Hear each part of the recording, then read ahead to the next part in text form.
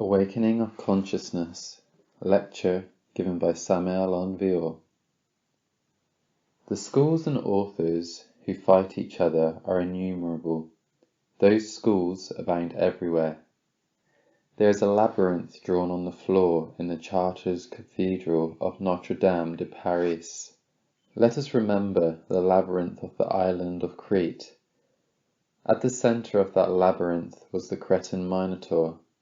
It is said that Theseus managed to find his way to the middle of that labyrinth until he reached where the Minotaur was, and facing him in a hand-to-hand combat, he defeated him. The way out of that labyrinth was possible through Adrian's thread, which could take one to the final liberation. It is interesting that precisely on the floor of the Cathedral of Notre Dame de Paris, this wonderful labyrinth was drawn. Undoubtedly, all of this invites us to reflect. To direct ourselves through the labyrinth of theories is more bitter than death. It is not an easy thing.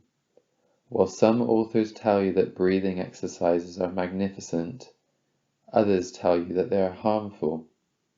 While some affirm one thing, others affirm another. Each school presumes that it has the truth, and the labyrinth is therefore very difficult.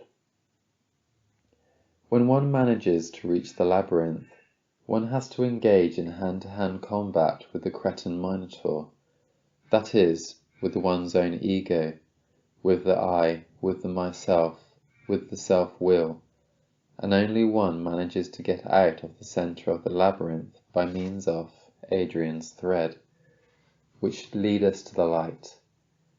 But most people get lost in the labyrinth of so many theories, so many schools, and so many confusions. How are we guided? How? Obviously, we should be interested in the awakening of the consciousness. Only in this way can we truly walk successfully inside that mysterious labyrinth. But as long as we have not awakened, we will be confused. Some get excited about these studies for a moment, but thereafter abandon them. There are those who, with their heads full of theories, believe they have already discovered the secret path, even if their consciousness is astoundingly asleep. It seems incredible, but there are masters of the Great White Lodge, true Gnostics in the transcendental sense of the word, radically awake, absolutely self-realized. In alchemical language we would say, subjects who already have the precious gem in their possession. And nonetheless, they do not know how to read or write, absolutely illiterate, but indeed self-realized and awake. Conversely, we see on the path of life within various schools and denominations and sects, orders, etc., subjects with their heads stuffed with theories, individuals with rich learning, but with their consciousness completely asleep, learned ignoramuses, who not only do not know, but what is even worse, they do not even know that they do not know. They are lost upon having completed their 108 existences. They enter the submerged evolution of the infernal worlds, but they believe that they are doing very well indeed. And when they are questioned, they show a surprising erudition, sparkling minds with bright concepts, with luminous, forceful, and definitive proverbs. But what good is all of that? First of all, we need to wake up. This in order to know how to guide ourselves. What good would it do to us to have our heads stuffed with words if we continue with our consciousness asleep? It would be better to liberate, but awake. Unquestionably, my dear brothers and sisters, the first thing we need is to know that we are asleep. Unfortunately, although I am stating it here, and although you are accepting that you are asleep, you do not have cognizance of being asleep, and that is precisely what is serious. Anyone can know that 2 + 2 is 4, but it is another thing to have cognizance that 2 plus 2 is 4. There are extremely simple truths that anyone intellectually repeats and thinks one knows, thinks one is cognizant of them, but one does not have cognizance of them. If we really want to be awake, we have to start by recognizing that we are asleep.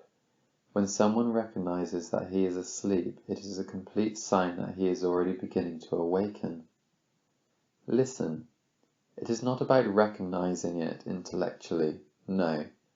Anyone can automatically say, yes, I am asleep, but to have cognizance that one is asleep is another thing. Thus that's the difference. There is a great difference then between the intellect and the consciousness. In the practical world, we have to learn how to determine specific, intelligent associations for life in the superior worlds. During the misnamed vigil state, we are associated with all human beings, whether through work or at home or on the streets, etc., etc. During the hours of sleep, there are also associations, and these are the specific outcome of those that we have in the physical world. For example, if subject XX, no matter who, lives in the tavern, obviously his associations will be with the drunkards.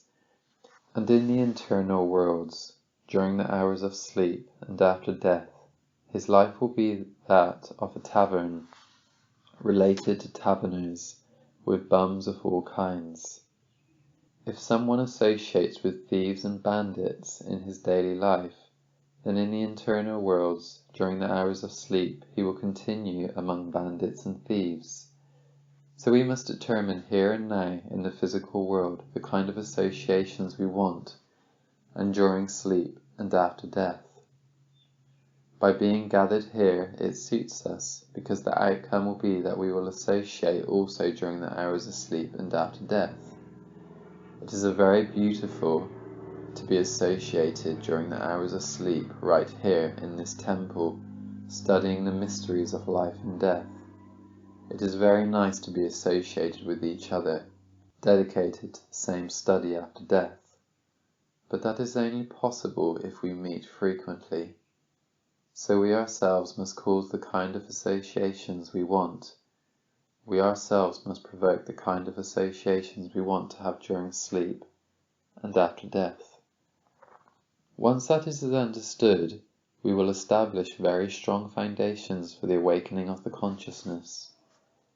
We need to learn how to live, my dear brothers and sisters, because it so happens that human beings do not know how to live, and that is very serious.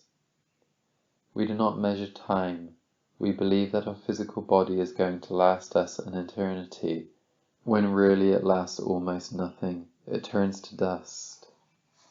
The theatre, the cinema, is something that causes very serious damage to the human psyche. In other times, for example, in Babylon, the theatre was completely objective. Its sole objective was the study of karma and the illustration that should be given to the attendees. The actors did not memorize any role. Someone appeared on the scene without having studied any role. That one was honestly self-examining himself, with the aim of knowing what he wanted the most. Thus, on the stage, what he desired the most was what he was talking about. Suppose that he wanted to drink, then he sincerely exclaimed, "I want to drink." Another XX, who appeared out there, when listening to that phrase, explored himself, to see what he felt inside himself and what he felt. He replied, "I do not want to drink. Because of alcohol I went to jail. Because of alcohol I am in misery." That was what had really happened to him, that he wasn't going to make a false claim. Any third party, because for that they always had a group of actors, ipso facto also appeared. He was not going to say anything other than what he felt in the depths of his consciousness, something that he had lived, that was related to what the former two were saying. I had a lot of money, a beautiful home, a wife, some children, but because I was drinking wine, see how I turned out, ladies and gentlemen. Beyond appeared, O poor woman, another artist. Quote, I lost my son because of drinking. I lost my son because of that damned liqueur. And so a drama began to unfold, an improvised scene. Many times it could end in the most dramatic way. Scribes rigorously wrote down not only the development of the drama itself, but even the final results. Afterwards they selected the best of that piece, and in this way they came to know the karmic results of this or that scene. There were many scenes, love scenes, war scenes, but in all of them the spontaneous, the natural always arose, not something that the intellect artificially invented, no. What emerged is what each of the actors had experienced. That was objective art in Babylon. So really, my dear brothers and sisters, the actors were very different. Music duly instructed the emotional brain. It was special music.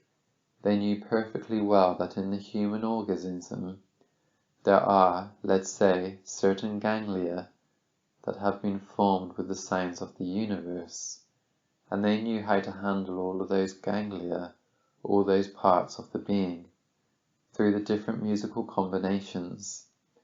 Thus, this is how they instructed through music the emotional brain.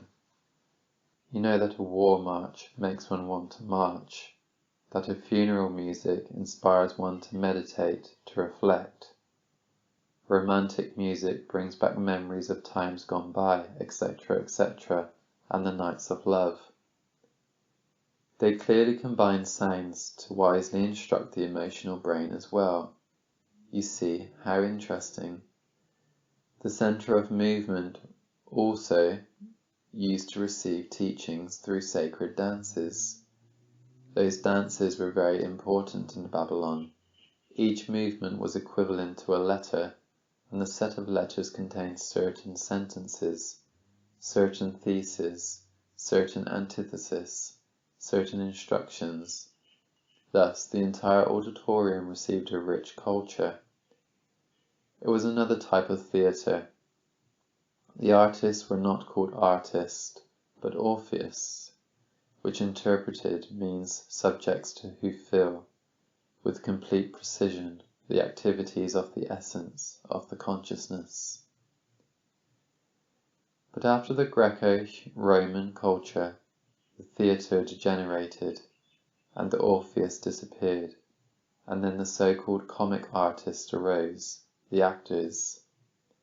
I remember very well that about 50 years ago, a little more or less, actors were commonly called comedians, and they were looked at with great contempt. By the Middle Ages, there was a law enacted that forced male actors to shave, to remove all signs of masculinity. For what purpose? With this one. In the first place, they had to, of course, put on makeup according to the drama they had to perform. Second then, above all, they wanted to make them stand out from the rest of the people. They knew that these modern actors have, let's say, a dangerous, infectious, highly Hasnamusian irradiation. Thus, by shaving, by removing the signs of masculinity, one could avoid passing near them or shaking their hands. If you carefully observe the life of the so-called theatre artists, you will feel, and if you are a little sensitive, you will be able to catch the type of Hasnamusian radiations that they emit, and that infect the minds of people. Today that custom has passed. There is no longer any law promulgated in this sense against them. They shake hands with everyone. They are already treated as equals, and now people even want to imitate them. Thus, they can perniciously distill their Hasnamusian undulations into the minds of everyone. It hurts a little to have to say this, because there are many people who live well from drama, from the scene, in short, who are actors. But we have to place ourselves on the level of concrete realities. Some people who have passed the age of 50 will remember precisely that half a century ago they were still looked at with disdain. They were treated as simple comics or comedians, etc. Sure, they broke through all of this and are now considered equals. That doesn't stop them from emitting their Hannes-Musian undulations, which are terribly dangerous. Naturally, they learn completely subjective memory, roles of things that have existed or have never existed, comedies, dramas that may or may not have any reality, that are only productions of their minds, and the honourable public before the stage panels and screens sleeps terribly.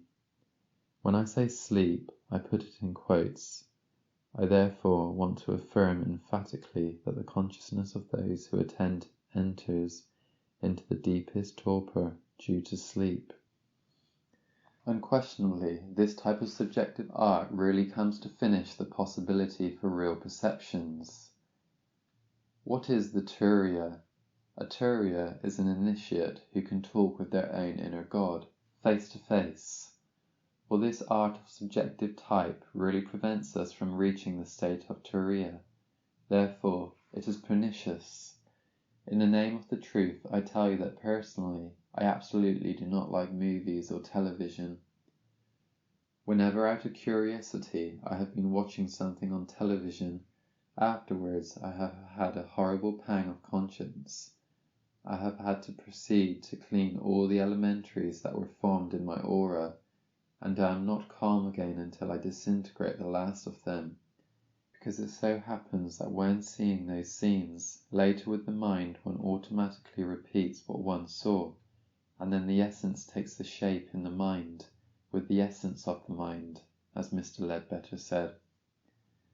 Elementaries are formed, elementaries just like the ones one has seen on the screen, which still part of one's consciousness, which come to vampirize one's own consciousness. Those elementaries already established in the mind caused a lot of damage. They still, I repeat, are part of one's own consciousness. They become living creatures with oneself. I repeat, when I have been watching television or cinema, afterwards I have had to suffer a lot, disintegrating the elementaries that were forged in my mind.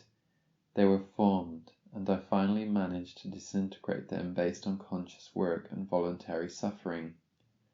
For this reason I definitely gave up television and cinema, all of that.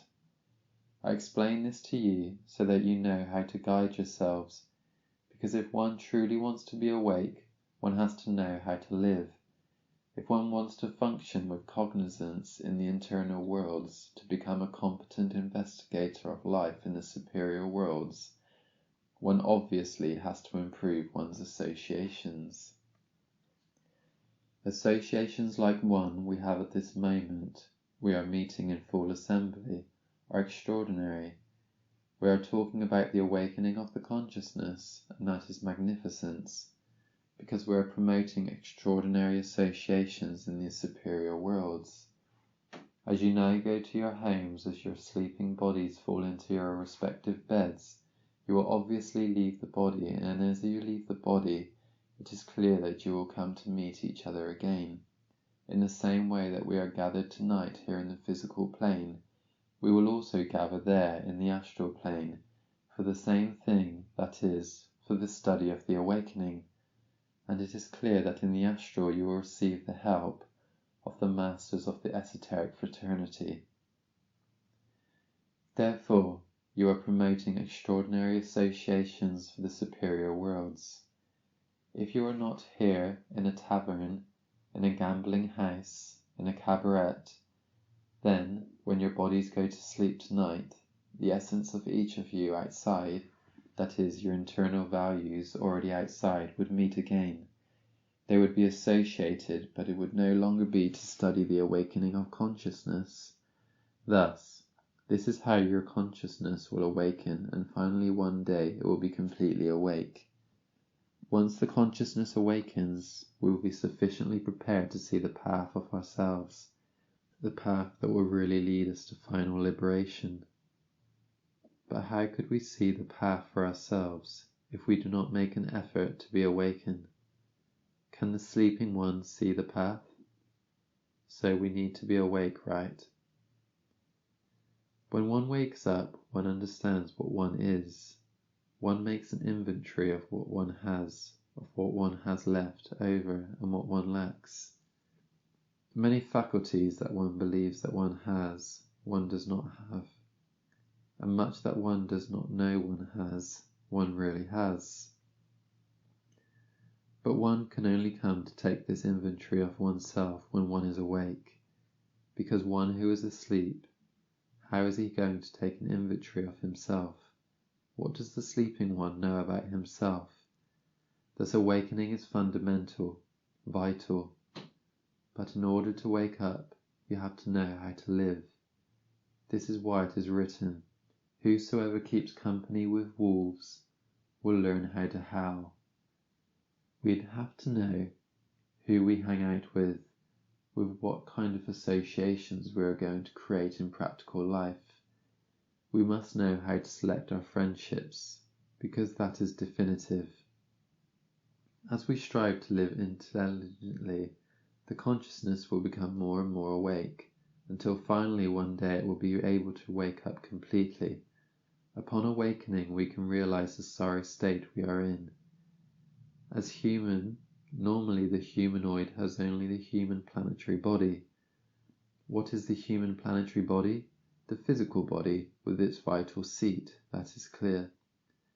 Thus, beyond our physicality, the only thing that exists is a sum of inhumane psychic aggregates, our own psychological defects which adopt, let's say, allegorical forms: anger, greed, lust, envy, pride, sloth, gluttony, etc., etc., etc. What continues after physical death? What continues is a sum of psychological aggregates. If we say that after physical death a lot of devils continue, we are not exaggerating, it is true. Let us call them anger, greed, envy, etc., etc. But that's what continues. Certainly, we could say that we do not possess a permanent center of consciousness. No. Unfortunately, the essence is bottled up among all those inhumane aggregates. Therefore, there is no permanent individuality in the intellectual animal mistakenly called human. Individuality is something to be achieved. If we want to individualize ourselves, we must de-egotize ourselves. Only through de-egotization is individualization acquired. In what way could we de-egotize ourselves? We de-egotize ourselves by eliminating the inhumane elements that we carry inside. How could we remove them? Only after having comprehended them. We can, for example, know that we are angry, but we have no cognizance that we are angry. That is different. We have to become cognizant of the process of anger. Anger has many metamorphoses and many roots. There is anger because of the tongue. There is anger because of our mood. There is anger because of the word. Better said, because of the mind. These are different forms of anger. There are forms of anger that are due to self-esteem. Someone offends our self-esteem and we feel anger. There are angers that are due to jealousy. There are attacks of anger caused by hatred, etc., etc. All these aspects of anger must be investigated, not from a merely intellectual point of view. It is not about investigating anger in an abstract manner, but rather our own particular anger, which is different. If we go down the street, for example, and suddenly someone insults us for no reason and we react furiously, it is obvious that when we get home we must reflect, why did I react in that way? What was causa causarum to have reacted that way? Become cognizant of that aspect of anger. Any other day, we had an attack of anger due to jealousy. We'll have to reflect on that jealousy. Why was that jealousy provoked? And so, this is how we know every facet of our anger. The same must be extended or carried to all the other defects that we carry within. Elimination is only possible with the help of the Divine Mother Kundalini. Someone can comprehend that he has a defect, a psychological defect, and yet continue with it. Elimination is different, and this is only possible by eliminating it with the help of the Devi Kundalini. The highest degree of Devi Kundalini's power is found in sex. This does not mean that for the reason that an individual does not have a wife, or a woman does not have a husband, they will not eliminate their errors. Of course, they will always have the help of their Mother Kundalini. What I want to say is that the main force of Devi Kundalini is in sex, and that if someone is lucky enough to have a wife or a woman to have a husband, they may well work in the forge of the Cyclops and ask Devi Kundalini during the sexual act to eliminate this or that psychological defect that has previously been duly comprehended. This is how we are dying from instant to instant, from moment to moment. First of all, it is necessary to become aware of what the death of the ego means. The basis, the foundation of any progress lies in death, because only with death comes the new. If the germ does not die, the plant is not born. It so happens that most of the esoteric students forget about psychological death. They only think about perfecting themselves, acquiring powers, whatever, but forgetting about psychological death. If one goes to the cinema, this means that one forgot about the psychological death, right? Because when one wants to die within oneself, one doesn't go to the movies. One is no longer interested in movies, because I have seen that a dead person, a corpse struck in a coffin, is interested in cinema.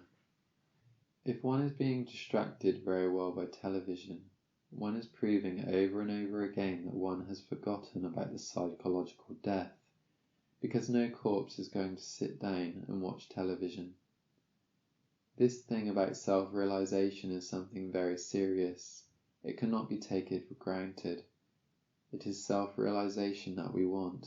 The base is psychological death. In the Gnostic Church we see that a great coffin is never lacking. Precisely, one of the chambers of the Gnostic Church is the mortuary chamber. There one sees a picturesque and most beautiful coffin. In the Masonic lodges too, a coffin is never missing. It is unfortunate that here we do not have a coffin when there should be one. A coffin should be here visibly right, because it's a very important symbol.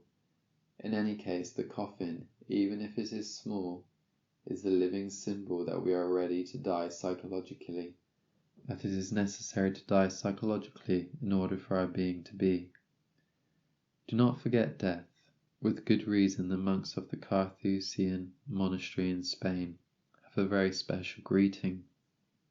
Brothers, we soon are going to die. The other monk answers, Brother, we already know that. That is their greeting every time they meet. Brothers, we soon are going to die. Brother, we already know that. Meaning we are not interested in the death of the physical body. We can lose such body when we leave the house.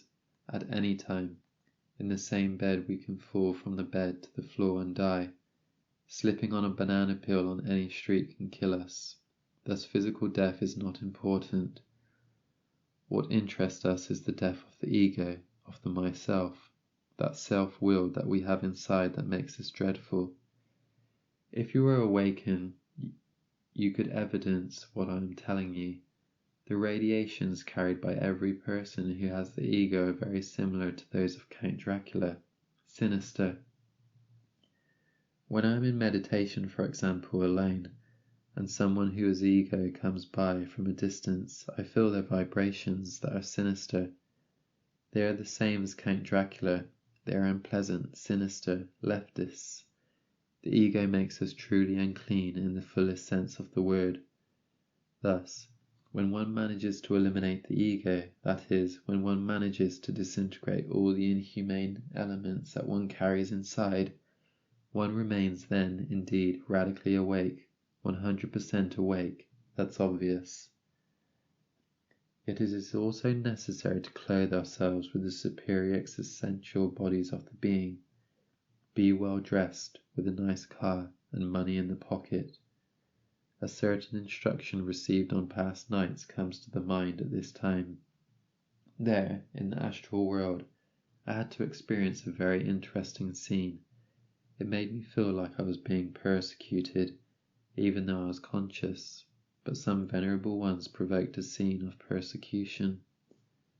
Suddenly, enclosed in a certain house, I was visited, and all of them, the venerable ones of the esoteric fraternity, singing, instructed me in a delectable manner. They told me then that the persecution of the law, not referring to these earthly laws but to the laws of karma, only comes to pass when one is not well dressed and in a luxurious car.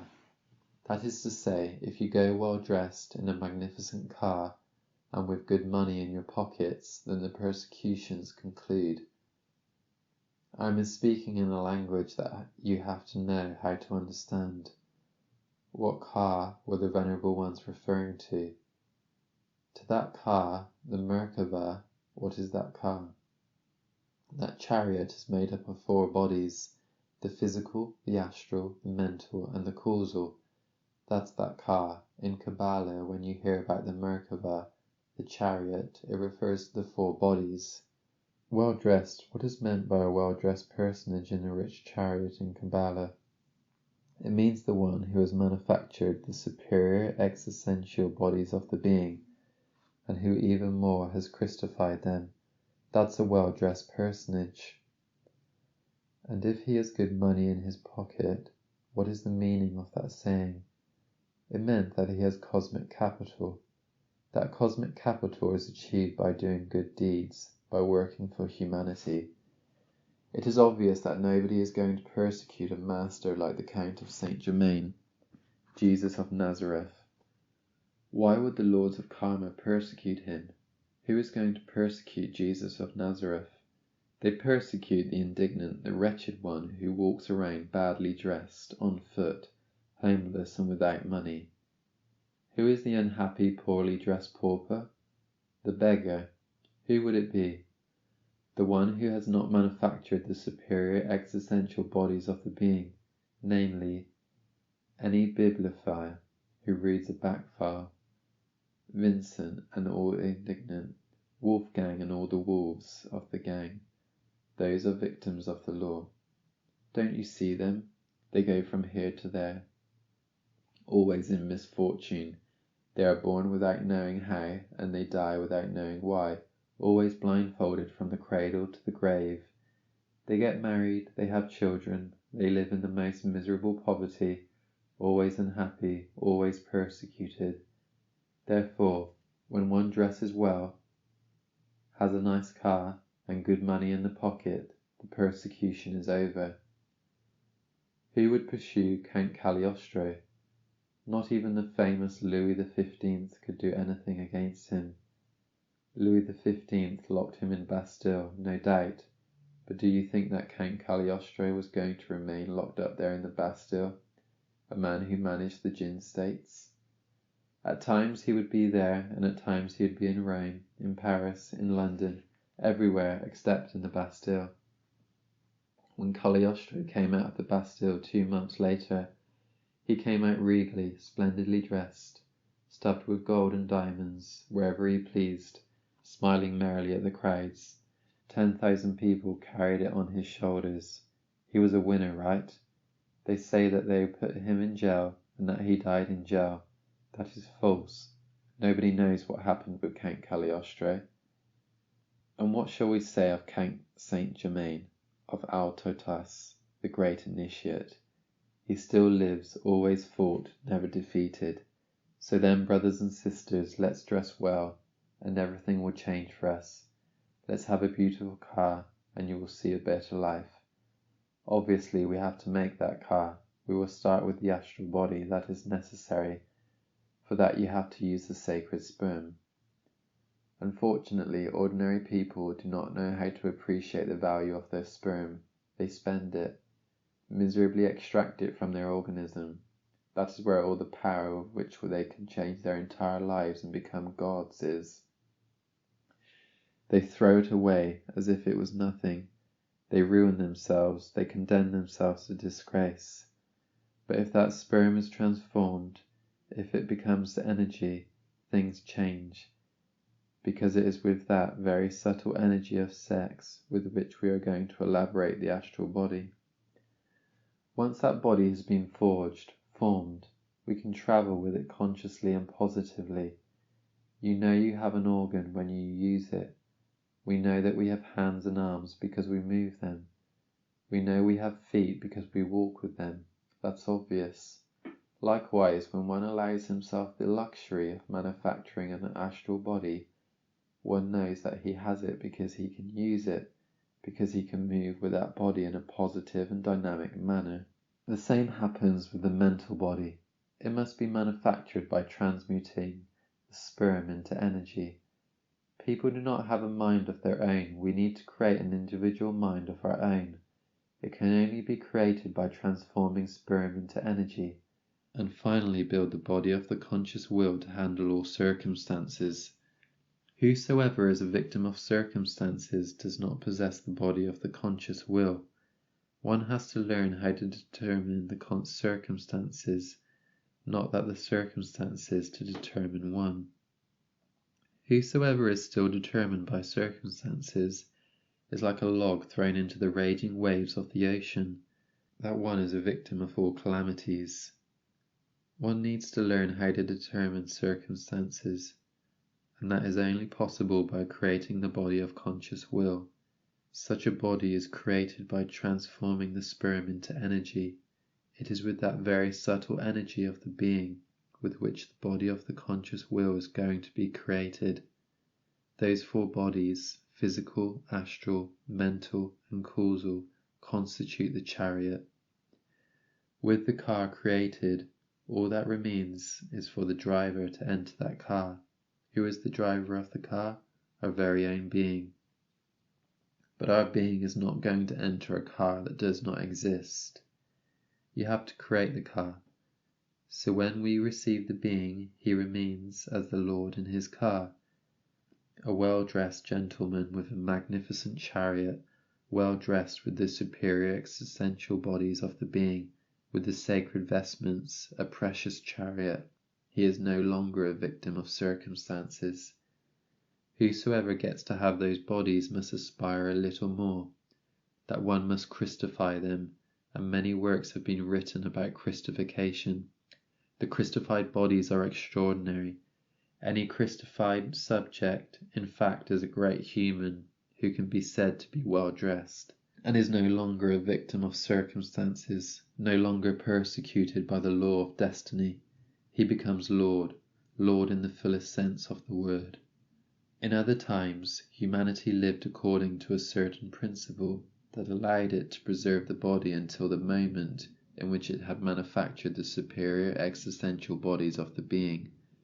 But at that time, humanity fulfilled the cosmic duty. What is the cosmic duty?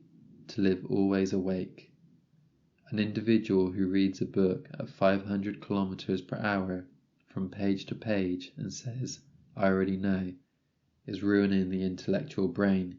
He is not fulfilling his cosmic duty. In the name of truth, I tell you this: when I study a book, I reflect deeply on the paragraph I am studying.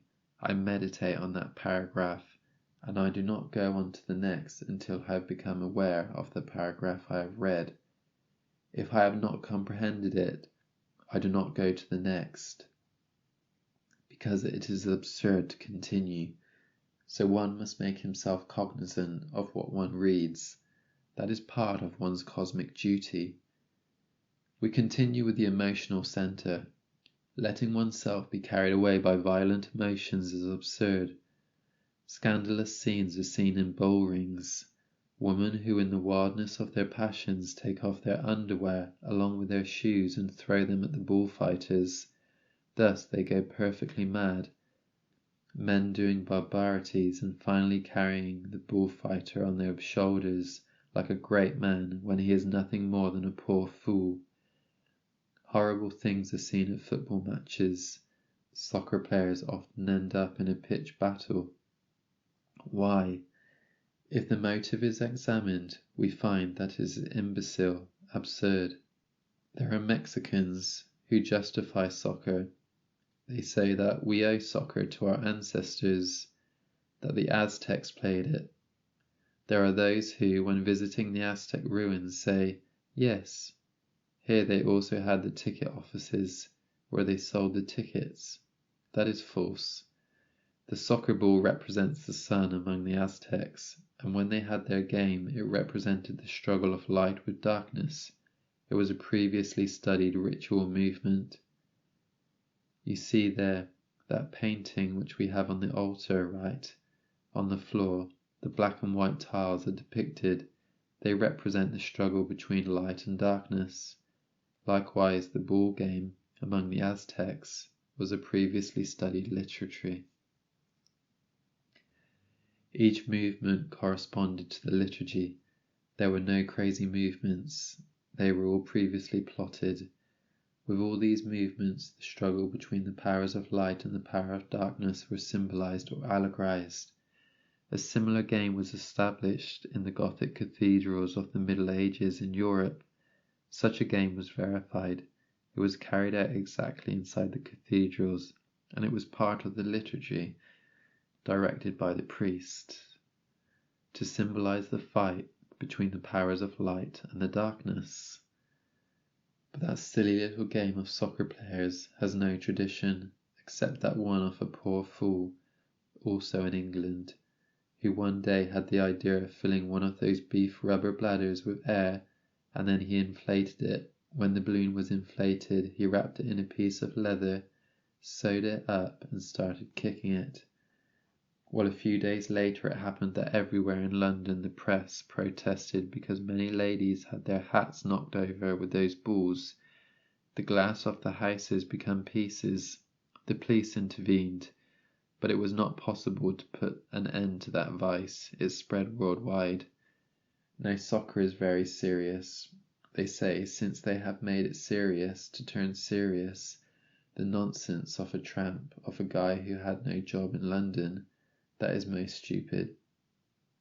Question by disciple: with what elements are the superior existential bodies of the being going to be formed? Answer by Samael Aun Weor: with mercury. It would only serve for the formation of the superior existential bodies of the being if the mercury has previously been fertilized by sulfur. Mercury needs to be fertilized by sulfur. That is all. End of lecture.